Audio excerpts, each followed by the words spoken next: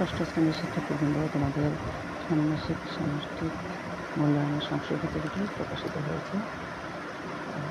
তারিখ এবং বিষয়: তারিখ 6/7/2024 বাংলা, 8/7/2024 ইংরেজি, 10/7/2024 গণিত, 13/7/2024 বিজ্ঞান, 15/7/2024 ইতিহাস ও সামাজিক বিজ্ঞান, 20/7/2024 ডিজিটাল প্রযুক্তি, 22/7/24 জীবন ও জীবিকা, 24/7/24 স্বাস্থ্য সুরক্ষা এবং 30/7 শিল্প ও সংস্কৃতি।